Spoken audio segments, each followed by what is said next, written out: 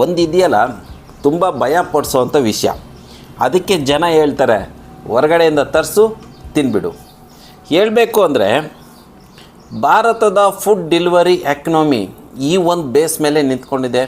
ಭಾರತದಲ್ಲಿ ತುಂಬಾ food delivery ಆಗೋದ್ರಲ್ಲಿ ಅದೊಂದು ಪದಾರ್ಥ, ಆ ಭಯ ಪಡಿಸೋ ಪದಾರ್ಥನೇ ಚಿಕನ್ ಬಿರಿಯಾನಿ ಅಥವಾ ಮಟನ್ ಬಿರಿಯಾನಿ.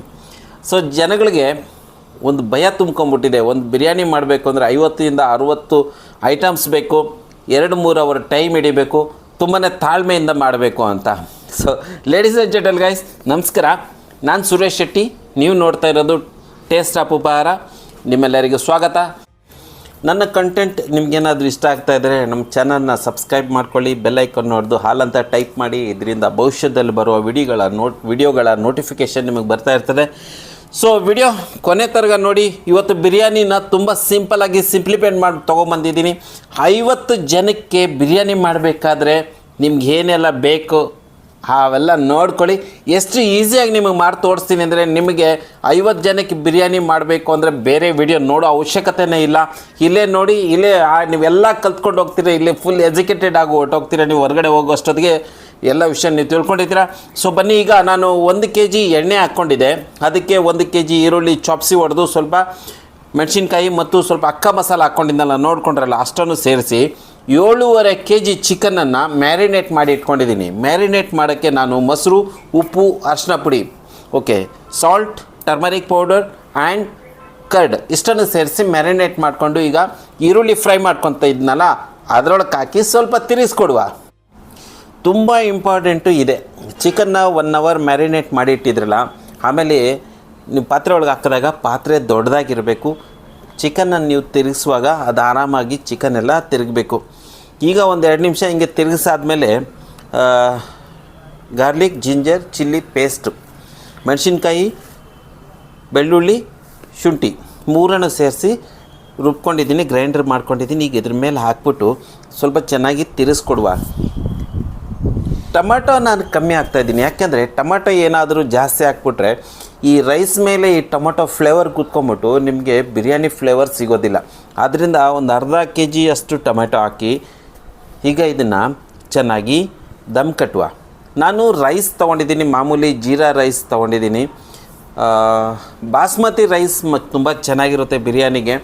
ಬಾಸ್ಮತಿ ರೈಸಲ್ಲಿ ಮಾಡಿದಾಗ ನೀವು ಜಾಸ್ತಿ ಮಸಾಲ ಹಾಕೋಂಗಿಲ್ಲ, ತುಂಬ ಕಮ್ಮಿ. ಯಾಕೆಂದರೆ ಇವಾಗ ಬಾಸ್ಮತಿ ರೈಸಲ್ಲಿ ಏನು ಪರ್ಫ್ಯೂಮ್ ಇದೆಯಲ್ಲ, ಅದಕ್ಕೆ ನೀವು ಮತ್ತಷ್ಟು ಮಸಾಲೆಗಳು ಹಾಕ್ಬಿಟ್ರೆ ಜಾಸ್ತಿ ಆಗಿಬಿಡುತ್ತೆ. ಆದ್ದರಿಂದ ಬಾಸ್ಮತಿ ರೈಸಲ್ಲಿ ನೀವು ಬಿರಿಯಾನಿ ಮಾಡಿದಾಗ ಮಸಾಲ ಕಮ್ಮಿ ಕೊಡಿ, ಫ್ಲೇವರ್ ಬರೋವಂಥ ಮಸಾಲನ. ಈಗ ಫ್ರೈಡ್ ಆನಿಯನ್ ಮಾಡಬೇಕು, ಅದರಿಂದ ಒಂದೇ ಸೈಜ್ ಈರುಳ್ಳಿ ಕಟ್ ಮಾಡ್ಕೊಳ್ಳಿ. ಸೈಜ್ ನೋಡಿ, ತುಂಬ ಮುಖ್ಯವಾಗಿ ಒಂದೇ ಸೈಜ್ ಇರಬೇಕು. ಈರುಳ್ಳಿ ದಪ್ಪ ಸಣ್ಣ ಇರಬಾರ್ದು. ಬ್ರೆಸ್ಟ್ ಮಾಡುವ ಈರುಳ್ಳಿ ಫ್ರೈ ಮಾಡ್ಕೊಳ್ಳಿ. ಇವಾಗ ನೋಡಿ, ಇನ್ನು ಸ್ವಲ್ಪ ಫ್ರೈಡ್ ಆಗಬೇಕಷ್ಟೇ. ಇದು ರೆಡಿಮೇಡು ಸಿಗುತ್ತೆ, ನೀವು ಕೈಲಿ ಮಾಡ್ಕೊಳ್ಳಿಕ್ಕಾಗಲಿಲ್ಲ ಅಂದರೆ ರೆಡಿಮೇಡ್ ನೀವು ತೊಗೊಳ್ಳಿ. ನಾನು ಡಿಸ್ಕ್ರಿಪ್ಷನಲ್ಲಿ ಅಮೆಝಾನಲ್ಲಿ ಸಿಗುತ್ತೆ, ಅದನ್ನು ಲಿಂಕ್ ಕೊಟ್ಟಿರ್ತೀನಿ ನಿಮಗೆ, ಅಲ್ಲಿ ಹೋಗಿ ನೀವು ಆರ್ಡರ್ ಮಾಡ್ಕೊಳ್ಳಿ. ಈಗ ಚಿಕನ್ನು ಸುಮಾರು ಅರ್ಧದಷ್ಟು ಬೆಂದೋಗಿದೆ. ಇದಕ್ಕೆ ಮಸಾಲ ಕೊಡ್ತಾಯಿದ್ದೀನಿ. ಮಸಾಲ ಇವಾಗ ಕೊಡಬೇಕು, ಸ್ವಲ್ಪ ಬೆಂದಾದ ಮೇಲೆ. ಮುಂಚೆನೇ ಕೊಟ್ಟರೆ ತಳ ಹಿಡಿಯುವ ಸಾಧ್ಯತೆ ಇರುತ್ತೆ. ನಾನು ಚಿಕನ್ ಪೀಸ್ನ 75 ಗ್ರಾಮಷ್ಟು 75 ಗ್ರಾಮ್ಸ್ ಈಚ್ ಇನ್ 1 ಪೀಸ್ ಚಿಕನ್ ತೊಗೊಂಡಿದ್ದೀನಿ. 75 ಗ್ರಾಮ್ ಅಷ್ಟಿದೆ. ಈಗ ಬೆಂದಿದೆ ಸುಮಾರು ಒಂದು ಅರ್ಧದಷ್ಟು. ಈಗ ಇದಕ್ಕೆ ಮಸಾಲ ಕೊಟ್ಬಿಡ್ತಾಯಿದ್ದೀನಿ. Everest chicken biryani masala powder 100 gram ಕೊಡ್ತಾಯಿದ್ದೀನಿ. 7.5 kg ಚಿಕನ್ ಇದೆ, 7.5 kg ರೈಸ್ ಇದೆ, 50 ಪ್ಯಾಕೆಟ್ ಕ್ಯಾಟ್ರಿನ್ ಆರ್ಡ್ರಿಗೆ 50 ಪ್ಯಾಕೆಟ್ ಆರ್ಡ್ರ್ ಸಿಕ್ಕಿದೆ 50 ಜನಕ್ಕೆ. ಈಗ ಇದಕ್ಕೆ ನಾನು ಸೇರಿಸ್ತಾ ಇರೋದು ಗರಂ ಮಸಾಲ ಮತ್ತು ಟರ್ಮರಿಕ್ ಪೌಡರ್, ಧನಿಯಾ ಪುಡಿ, ಗರಂ ಮಸಾಲ, ಧನಿಯಾ ಪುಡಿ ಮತ್ತು ಚಿಕನ್ ಪೌಡರ್. ಚಿಕನ್ ಗ್ರೇವಿಗೆ ಹಾಕ್ತಿರಲ್ಲ ಆ ಪೌಡ್ರು ಸುಮಾರು 50 ಗ್ರಾಮ್ ಇದೆ. ಚಿಲ್ಲಿ ಪೌಡ್ರ್ ಹಾಕ್ತಾಯಿದ್ದೀನಿ 50 ಗ್ರಾಮ್. ಯಾಕೆಂದರೆ ನಾನು ಮೆಣಸಿನ್ಕಾಯಿ ರುಬ್ಬಿ ಹಾಕಿದ್ದೆ, ಹಂಗೂ ಕಟ್ ಮಾಡಿ ಹಾಕಿದ್ದೆ. ಇನ್ನು ಸ್ವಲ್ಪ ಇದಕ್ಕೆ ಉಪ್ಪು ಮತ್ತು ಸ್ವಲ್ಪ ಟರ್ಮರಿಕ್ ಪೌಡರ್, ಅರಿಶಿನ ಪುಡಿ ಕೊಟ್ಟು, ಸಾಲ್ಟ್ ಕೊಟ್ಟು ಈಗ ಇದಕ್ಕೆ ನೀರು ಕೊಡಬೇಕು. ನೀರನ್ನು ನಾನು ಏನು ಮಾಡಿದ್ದೀನಿ ಅಂದರೆ, ಚಿಕನ್ ಮಾಡಿದ್ನಲ್ಲ, ಚಿಕನ್ ಗ್ರೇವಿ ಮಾಡಿದ್ನಲ್ಲ, ಅದೇ ಪಾತ್ರೆಗೆ ನೀರು ಹಾಕಿ ಬಿಸಿ ಮಾಡಿಕೊಂಡು ಇದಕ್ಕೆ ಬಿಸಿ ನೀರು ಹಾಕ್ತೀನಿ. So ladies and gentle guys, 50 ಜನಕ್ಕೆ ಬಿರಿಯಾನಿ ಮಾಡಬೇಕು ಅಂದರೆ ಏನು ಇವಾಗ ತುಂಬಾ ಭಯ. 50 ಜನಕ್ಕೆ ಬಿರಿಯಾನಿ ಚೆನ್ನಾಗಿ ಆಗುತ್ತಾ ಆಗಲ್ವಾ ಅಂತ ಒಂದು ಯೋಚನೆ ಬರುತ್ತೆ. ನೀವೇನಾದರೂ ನನ್ನ ವಿಡಿಯೋ ನೋಡಿದ್ದೀರಾ ಅಂದರೆ ನೀವು ಇಲ್ಲಿ ಫುಲ್ಲಾಗಿ ಪೂರ್ತಿಯಾಗಿ ಕಲ್ತ್ಕೊತೀರಾ. ಸೊ ಈಗ ಮಾಡಿ 50 ಜನಕ್ಕಲ್ಲ, ನೀವು 100 ಜನಕ್ಕೆ ಬೇಕಾದರೂ ಮಾಡಿ ತಿನ್ಬೋದು. ಅಷ್ಟು ನಿಮ್ಮ ಒಳಗಡೆ ಕಾನ್ಫಿಡೆಂಟ್ ಬರುತ್ತೆ ನನ್ನ ವಿಡಿಯೋ ನೋಡಿದ್ಮೇಲೆ. ಸೊ ಇಷ್ಟೇ, ನೋಡಿದ್ರಲ್ಲ, ಏನೂ ಕಷ್ಟ ಇಲ್ಲ. ನಾನು ನಿಂಗೆ ಎಷ್ಟು ನೀಟಾಗಿ ಹೇಳ್ಕೊಟ್ಟಿದ್ದೀನಿ, ಎಷ್ಟು ನೀಟಾಗಿ ವಿಡಿಯೋ ಮಾಡಿದ್ದೀನಿ. ನೀವು ಇಲ್ಲಿ ನೀಟಾಗಿ 1 ಸಲ 2 ಸರಿ ನೋಡ್ಕೊಳ್ಳಿ, ಸೇವ್ ಮಾಡಿ ಇಟ್ಕೊಳ್ಳಿ ವಿಡಿಯೋನ. ನಿಮ್ಗೆ ಯಾವಾಗ ಬೇಕಾದರೂ ಮಾಡ್ಕೊಬೋದು. 1 kg ಬಿರಿಯಾನಿ ಮಾಡಿ ಅಂತ ನನಗೆ ಎಷ್ಟೋ ಜನ ಹೇಳಿದ್ದಾರೆ. ಆ ಒಂದು ವಿಡಿಯೋ ನಿಮಗೋಸ್ಕರ ತೊಗೊಂಬರ್ತೀನಿ ಭವಿಷ್ಯದಲ್ಲಿ. ಅದಕ್ಕಾಗಿ ನಮ್ಮ ವಿಡಿಯೋ ಲೈಕ್ ಮಾಡಿಕೊಂಡು ನಮ್ಮ ಚಾನಲ್ನ ಸಬ್ಸ್ಕ್ರೈಬ್ ಮಾಡ್ಕೊಂಡು ಬೆಲ್ ಐಕನ್ ಹೊಡೆದು ಹಾಲ್ ಅಂತ ಟೈಪ್ ಮಾಡಿ ಇಟ್ಕೊಳ್ಳಿ. ಭವಿಷ್ಯದಲ್ಲಿ ಬರುವ ವಿಡಿಯೋಗಳ ನೋಟಿಫಿಕೇಷನ್ ನಿಮಗೆ ಬರ್ತಾ ಇರ್ತದೆ. ಈಗ ನಾನು ಅಳತೆ ಮಾಡಿ ಹಾಕಿದ ಅಕ್ಕಿ 9 ಬಟ್ಲು ಹಾಕಿದೆ. ಈಗ ಇದೇ ಪಾತ್ರೆಯಲ್ಲಿ 9 ಹಾಕಿರೋದ್ರಿಂದ ಇದೇ ಪಾತ್ರೆಯಲ್ಲಿ 9 ಬಟ್ಲು ನೀರು ಹಾಕ್ಬಿಟ್ಟು ನೀರು ಕುದಿ ಬಂದಮೇಲೆ ರೈಸ್ ಸೇರಿಸಿದ್ರೆ ಆಯಿತು. ಆಲ್ಮೋಸ್ಟು ನೀರು ಕುದಿ ಬಂದಿದೆ. ಒಂದು 2 ನಿಮಿಷದಲ್ಲಿ ನೀರು ಬಿಸಿ ಆಗಿಬಿಡುತ್ತೆ. ನೆನೆಸಿಟ್ಟಿದ್ದೀನಿ 10 ನಿಮಿಷ ಅಕ್ಕಿ ನೆನೆಸಿಟ್ಟಿದ್ದೀನಿ. ನಾನು ಮಾಮೂಲಿ ರೈಸ್ ಹಾಕ್ಕೊಂಡಿದ್ದೀನಿ. ಈಗ ಸೌತಲ್ಲೆಲ್ಲ ಹೋದರೆ ಜೀರಾ ರೈಸ್ ಬೆಳೆಸ್ತಾರೆ ಅಥವಾ ಮಾಮೂಲಿ ಅಕ್ಕಿನೇ ಬೆಳೆಸ್ತಾರೆ. ನಾರ್ತಲ್ಲೆಲ್ಲ ಹೋದರೆ ಬಿರಿಯಾನಿ ಬಾಸ್ಮತಿಗೆ ಹಾಕ್ಕೊತಾರೆ, ಬಾಸ್ಮತಿ ರೈಸ್ ಹಾಕ್ತಾರೆ. ಇರುತ್ತೆ ಅವ್ರವ್ರಿಗಿಷ್ಟ. ನಾನು 2 ಸರಿ ಇವ್ರಿಗೆ ಬಿರಿಯಾನಿ ಮಾಡಿಕೊಟ್ಟೆ, ಬಟ್ ಅವ್ರಿಗಿಷ್ಟ ಆಗಲಿಲ್ಲ. ಯಾಕೆ ಇಷ್ಟ ಆಗಿಲ್ಲ ಅಂದರೆ ನಾನು ಬಾಸ್ಮತಿಲಿ ಮಾಡಿದ್ದೆ, ಬಾಸ್ಮತಿ ಅವ್ರಿಗಿಷ್ಟ ಆಗೋದಿಲ್ವಂತೆ. ಅವ್ರು ಹೇಳಿದ್ರು, ಸರ್ ನಮಗೆ ಬಾಸ್ಮತಿ ರೈಸ್ ಇಷ್ಟ ಆಗೋಲ್ಲ, ನೀವು ಮಾಮೂಲಿ ಅನ್ನ ಮಾಡ್ತಿರಲ್ಲ ಅದೇ ಅಕ್ಕಿಲಿ ಮಾಡಿರಿ ಅಂದರು. ಸೊ ಓಕೆ, ನಿಮ್ಮ ಖುಷಿಗಿಂತ ನಮಗೇನು ದೊಡ್ಡದಿದೆ, ನಿಮ್ಮ ಇಷ್ಟನೇ. ಮಾಮೂಲಿ ರೈಸಲ್ಲೇ ಮಾಡ್ತಾಯಿದ್ದೀನಿ ಅಂತ ಈಗ ಮಾಮೂಲಿ ರೈಸಲ್ಲೇ ಬಿರಿಯಾನಿ ಮಾಡ್ತಾಯಿದ್ದೀನಿ. ಈಗ ನೀರು ಮತ್ತು ಎಣ್ಣೆ ಎಲ್ಲ ಹದವಾಗಿ ರೆಡಿಯಾಗಿದೆ. ಚಿಕನ್ನು ಚೆನ್ನಾಗಿ ಬೇಯ್ತಾ ಇದೆ. ಪೀಸು ಏನು ಜಾಸ್ತಿ ಕಲಿಸ್ತಾ ಇಲ್ಲ. ನಾನಿವತ್ತು ಈ ರೈಸನ್ನ ಎಷ್ಟು ಕಲಿಸ್ತೀನಲ್ಲ, ನೀವೇನಾದರೂ ಬಾಸ್ಮತಿನ ಇಷ್ಟೊಂದು ಸರಿ ಕಲಿಸ್ಬಿಟ್ರೆ ಅನ್ನ ಎಲ್ಲ ಮುರಿದು ಹೋಗ್ಬಿಡುತ್ತೆ. ಒಂದೊಂದು ಹಗಲು ತುಂಬ ಇಂಪಾರ್ಟೆಂಟು. ಅದರಿಂದ ಬಾಸ್ಮತಿಲಿ ಮಾಡುವಾಗ ಜಾಸ್ತಿ ಕಲಿಸ್ಬೇಡಿ. ಇದು ಮಾಮೂಲಿ ರೈಸ್ ಆದ್ದರಿಂದ ಸ್ವಲ್ಪ ಚೆನ್ನಾಗಿ ಕಲಿಸಿದ್ರು ಪರವಾಗಿಲ್ಲ, ಬಟ್ ಬೇಡ ಅಷ್ಟು ಕಲಿಸ್ಬೇಡಿ. ನಾವು ನಮ್ಮ ಅನುಭವದಿಂದ ಎಷ್ಟು ಕಲಿಸಿದ್ರೆ, ಹೆಂಗೆ ಕಲಿಸಿದ್ರೆ ಅಕ್ಕಿ ಮುರಿಯಲ್ಲ ಅಂತ ನಮಗೆ ಗೊತ್ತಿದೆ, ಆ ರೀತಿ ಕಲಿಸ್ತಾ ಇದ್ದೀವಿ. ನೀವು ಇಷ್ಟೊಂದು ಕಲಿಸ್ಬೇಡಿ. ಇದು ದಮ್ ಕಟ್ತಾ ಇದ್ದೀನಿ ನಾನು. ಈಗ ಪಾತ್ರೆ ಕೆಳಗಡೆ ಹೆಂಚನ್ನು ಇಟ್ಟು, ಹೆಂಚಿಟ್ಟಿಲ್ಲ ಅಂದರೆ ರೈಸು ಕೆಳಗಡೆ ಸೀದೋಗ್ಬಿಡುತ್ತೆ, ಜಾಸ್ತಿ ವೇಸ್ಟ್ ಆಗಿಬಿಡುತ್ತೆ. ಓಕೆನಾ? ನೋಡಿ ಹೆಂಚಿಕ್ಕಿದ್ದೀನಿ. ಈಗ ರೈಸ್ ಆಗಿದೆ ನೋಡಿ. ಸೈಡಲ್ಲೆಲ್ಲ ಎಣ್ಣೆ ಬಂದಿದೆಯಲ್ಲ, ಆ ಎಣ್ಣೆನ ಮಧ್ಯದಲ್ಲಿ ಬರೋಂಗೆ ಮಾಡಬೇಕು. ಯಾಕೆಂದರೆ ಏನಾಗ್ತಾರೆ ಅಂದರೆ ಎಣ್ಣೆ ಒಂದು ಕಡೆ ಹೋಗ್ಬಿಡುತ್ತೆ, ಸುಖ ಒಂದು ಕಡೆ, ಅಂದರೆ ಎಣ್ಣೆ ಇಲ್ದಿರೋದು ಒಂದು ಕಡೆ, ಎಣ್ಣೆ ಹೋಗ್ಬಿಟ್ಟು ಒಂದು ಕಡೆ ಆಗಿಬಿಡುತ್ತೆ. ಈಗ ನಾನು ರೈಸ್ನ ಮಧ್ಯದಲ್ಲಿ ಸ್ವಲ್ಪ ಭಾಗ ಮಾಡಿ ಸೈಡಿಗೆ ತೇಳ್ತಾಯಿದ್ದೀನಿ. ಎಣ್ಣೆ ಎಲ್ಲ ಮಧ್ಯದಲ್ಲಿ ಬಂದು ಕುಟ್ಕೊಂಡ್ರೆ ಕ್ಲೀನಾಗಿ ಪಾತ್ರೆ ಎಲ್ಲ ರೈಸ್ಗೂ ಎಣ್ಣೆ ಹಿಡಿಯುತ್ತೆ. ಸೊ ಈ ಚಿಕನ್ ಬಿರಿಯಾನಿಗೆ ನಾನು ತುಪ್ಪ ಜಾಸ್ತಿ ಬಳಸ್ತಾ ಇಲ್ಲ. ಯಾಕೆಂದರೆ ಈ ಚಿಕನ್ನು, ನೀರು, ಈ ಮಸಾಲ, ಈ ರೈಸು ಫ್ಲೇವರ್ ಇದೆಯಲ್ಲ, ಇದ್ರ ಮೇಲೆ ಏನಾದರೂ ನಾವು ಗೀ ಜಾಸ್ತಿ ಹಾಕ್ಬಿಟ್ರೆ ಗೀ ಫ್ಲೇವರ್ ಬಂದ್ಬಿಡುತ್ತೆ. ಈ ಬೇರೆ ಮಸಾಲ ಫ್ಲೇವರ್ನ ಡಾಮಿನೇಟ್ ಮಾಡಿಬಿಡುತ್ತೆ. ಅದರಿಂದ ಈಗ ನಾನು ದಮ್ ಕಟ್ಟೋಕ್ಕೆ ಫ್ರೈಡ್ ಮಾಡಿ ಇಟ್ಕೊಂಡಿರುವ ಆನಿಯನ್, ಮಿಂಟ್ ಲೀವ್ಸ್, ಪುದೀನ, ಕೊತ್ತಂಬರಿ ಸೊಪ್ಪು ಹಾಕಿ ಇದಕ್ಕೆ ನಾನು ಫ್ಲೇವರ್ ಕೊಡ್ತಾ ಇರೋದು ರೋಸ್ ವಾಟರ್ ಮತ್ತು ಕೆವಡಾ ವಾಟರ್. ನೋಡಿ, ಇದು ರೋಸ್ ವಾಟರ್. ಸುಮಾರು ಒಂದು 4 ಡ್ರಾಪ್ ಹಾಕ್ತೀನಿ ಅಷ್ಟೇ, 4-5 ಡ್ರಾಪ್ಸ್ ಹಾಕಿ ಆಯಿತು. ಈಗ ಇದಕ್ಕೆ ಬಿರಿಯಾನಿ ಎಸೆನ್ಸ್ ಬರುತ್ತೆ. ಇವಾಗ ನೋಡಿ ಇಷ್ಟೇ, 4-5 ಡ್ರಾಪ್ಸ್ ಹಾಕಿದ್ದೀನಿ. ಈಗ ಆಯಿತು. ಇದ್ರ ಮೇಲೆ ಈಗ ನಾನೇನು ಹಾಕ್ತೀನಿ, ತುಪ್ಪ.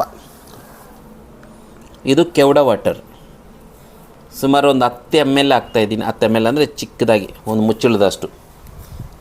ಇನ್ನು ಸ್ವಲ್ಪ ಹಾಕಬೇಕು ಕೆವಡಾ ವಾಟರ್. ಸಾಕು, ಚೂರು ಹಾಕೋಯಿರಿ, ಗಮ್ ಅಂತ ಬರಬೇಕಲ್ಲ. ಘಮ ತುಂಬ ಇಂಪಾರ್ಟೆಂಟ್. ಈ ಕ್ಯಾಮ್ರಾದಲ್ಲಿ ಏನಾಗ್ತದೆ ಅಂದರೆ ಈ ಸ್ಮೆಲ್ಲು, ಇದರ ಘಮ ನಿಮಗೆ ಬರೋಲ್ಲ. ನಾನು ಈ ಥರ ಏನಾದರೂ ಟೆಕ್ನಾಲಜಿ ಬಂದರೆ ನಾನು ಫಸ್ಟ್ ಉಪಯೋಗಿಸ್ಕೊತೀನಿ, ಘಮ ನಿಮ್ಗಂಟ ಬರೋವರೆಗೂ ಅಂತ. ನಾನು ತುಪ್ಪ 200 ಗ್ರಾಮ್ ಹಾಕಿದ್ದೀನಿ. ಹೌದು, 7.5 kg ಚಿಕನ್ನು, 7.5 kg ಬಿರಿಯಾನಿ ಇರೋದ್ರಿಂದ 200 ಗ್ರಾಮ್ ತುಪ್ಪ ಓಕೆ, ಅಷ್ಟು ಹಾಕಬೇಕು, ಚೆನ್ನಾಗಿರುತ್ತೆ. ಇದ್ರ ಮೇಲೆ ನಿಂಬೆಹಣ್ಣು ಹಿಂಡ್ಬೋದು. ನಿಂಬೆಹಣ್ಣು ರಸ ಹಿಂಡ್ಬಿಟ್ರೆ ಚೆನ್ನಾಗಿರುತ್ತೆ. ಈಗ ನೋಡಿ, ಪಾತ್ರೆಯ ಮೇಲ್ಗಡೆ ಗೋಧಿ ಹಿಟ್ಟನ್ನು ನಾನು ಮೆತ್ತಿಸಿಟ್ಟಿದ್ದೀನಿ. ಇದ್ರ ಮೇಲೆ ಮುಚ್ಚಳ ಹಾಕ್ಬಿಟ್ಟು ತೂಕ ಇಟ್ಬಿಡುವ. ಈಗ ಆಯಿತು. ಲೇಡೀಸ್ ಆ್ಯಂಡ್ ಜೆಂಟಲ್ ಗೈಸ್, ನಾನು ಇದ್ರ ಜೊತೆಗೆ ಚಟ್ನಿ ಮಾಡ್ತಾಯಿದ್ದೀನಿ. ಚಟ್ನಿ ತುಂಬ ಚೆನ್ನಾಗಿರುತ್ತೆ ನೋಡಿ. ತೂಕ ಇಟ್ಟಿದ್ದೀನಿ. ಈ ಸೊಂದಿಯಲ್ಲಿ ಹೊಗೆ ಬರ್ತಾ ಇದೆಯಲ್ಲ, ಆ ಹೊಗೆ ಬರೋದ್ರಿಂದ ಏನು ಅರ್ಥ ಅಂದರೆ ಬಿರಿಯಾನಿ ದಮ್ ಆಗಿದೆ ಅಂತ. ಒಂದು 10-15 ನಿಮಿಷ ಇಟ್ಟಿದೆ. ಹಿಟ್ಟಲ್ಲಿ ಜಾಗ ಮಾಡ್ಕೊಂಡು ಹೊಗೆ ಸ್ಟೀಮ್ ಆಚೆ ಬಂತು. ಈಗ ಬಿರಿಯಾನಿ ರೆಡಿಯಾಗಿದೆ. ಇದ್ರ ಘಮ ನೋಡ್ಬೇಕು ಹೇಗಾಗಿದೆ ಅಂತ. ನೋಡಿ, ಘಮ ಘಮ ಅಂತ ರೈಸೆಲ್ಲ ತುಂಬ ಚೆನ್ನಾಗಿ ಬಂದಿದೆ. ಈಗ ಇದು ರೆಡಿಯಾಗಿದೆ. ಕ್ಯಾಟ್ರಿನ್ ಆರ್ಡ್ರಿಗೆ ಹೋಗುತ್ತೆ. ಇದನ್ನು ಪಾರ್ಸಲ್ ಮಾಡಬೇಕು. ನಾನು ಚಟ್ನಿ ಮಾಡಬೇಕು, ಮೊಸರು ಬಜ್ಜಿ ಮಾಡಬೇಕು. ಈಗ ನೋಡ್ಕೊಳ್ಳಿ, ರೈಸು ನೋಡಿ ಈಗ ಒಂದು ಕಡೆಯಿಂದ ತೆಗಿಬೇಕು. ಯಾವುದೇ ಕಾರಣಕ್ಕೂ ನೀವು ರೈಸಲ್ಲಿ ಸ್ಪೂನ್ ಹಾಕುವಾಗ ಮಧ್ಯದಲ್ಲಿ ಹಾಕಬಾರ್ದು. ಪಾತ್ರೆಯ ಗೋಡೆ ಕಡೆಯಿಂದ ಹಾಕಿ ಎತ್ತಬೇಕು. ಅದರಿಂದ ಚಿಕನ್ ಪೀಸ್ ಮುರಿಯೋದಿಲ್ಲ, ರೈಸು ಒಂದು ಅಗಲು ರೈಸು ಕೂಡ ಮುರಿಯೋದಿಲ್ಲ. ಒಂದೊಂದು ಅಗಲೂ ತುಂಬ ಕಾಸ್ಟ್ಲಿ, ಅಂದರೆ ಅದಕ್ಕೆ ಬೆಲೆ ಇದೆ. ಒಂದು ಅಗಲು ಅನ್ನಕ್ಕೂ ಬೆಲೆ ಇದೆ. ಈಗ ಕ್ಯಾಟ್ರಿನ್ ಆರ್ಡ್ರಿಗೆ ಪಾರ್ಸಲ್ ಮಾಡೋದು. ಇವರು ಪಾರ್ಸಲ್ ಮಾಡ್ತಾಯಿರ್ತಾರೆ. ನಾನು ಅಷ್ಟೊತ್ತಿಗೆ ನಿಮಗೋಸ್ಕರ ಒಂದು ಚಟ್ನಿ ರೆಸಿಪಿ ತೋರಿಸ್ತೀನಿ. ತುಂಬ ಚೆನ್ನಾಗಿರುತ್ತೆ ಬಿರಿಯಾನಿ ಜೊತೆಗೆ. ಇದು ಎವರ್ಗ್ರೀನ್ ಚಟ್ನಿ. ನೀವು ಯಾವುದ್ರ ಜೊತೆಗೆ ಬೇಕಾದರೂ ತಿನ್ನಿ, ಬಿರಿಯಾನಿ ಜೊತೆಗೆ ಚೆನ್ನಾಗಿರುತ್ತೆ. ದೋಸೆ, ಇಡ್ಲಿ ಎಲ್ಲದಕ್ಕೂ, ಮುದ್ದೆ ಎಲ್ಲದಕ್ಕೂ ಚೆನ್ನಾಗಿರುತ್ತೆ. ಒಮ್ಮೆ ಈ ಚಟ್ನಿನ ಟ್ರೈ ಮಾಡಿ.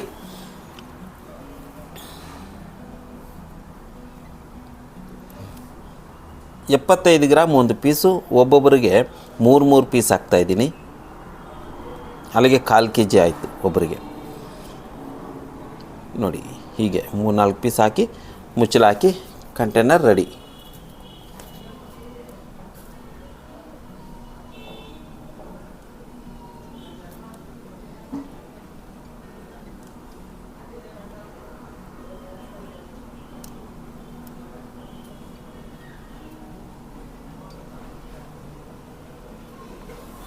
ಚಟ್ನಿ ಮಾಡುವ ಬನ್ನಿ.